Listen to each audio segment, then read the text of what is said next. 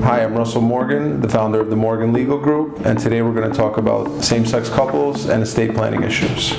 So we have a client that I met with last week who met the love of his life 30 years ago. They had been living together for the past 30 plus years, never married, and unfortunately one of them passed from a brain aneurysm. Even though in New York, as we all know, same-sex marriage has been legalized, they just never got around to it like a lot of people. They loved each other, they lived together, there was no reason that it wouldn't change anything for them, so they never did it, which became a problem at his death. As soon as he passed away, even though they had spent the majority of their life together, he was not an heir under the law. So at this point, he has no rights to collect from his deceased partner's estate. And unfortunately, even if had they had just been married, he would have had the right to collect as a spouse in New York, just like anybody else.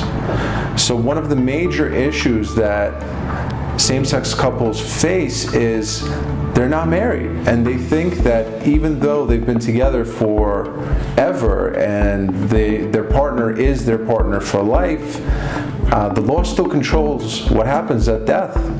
When all things are said and done, our client specifically now has to prove a lot more than he would have had to prove if they had just had a ceremony. It could be a religious ceremony that's still considered a marriage valid in New York, or just went to City Hall and got married.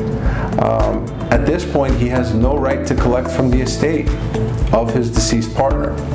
So the point that we're trying to make is, when you're planning ahead, at least create wills. If you guys don't want to get married, or if it's something that you're not interested in doing, plan ahead. Do a little bit of estate planning.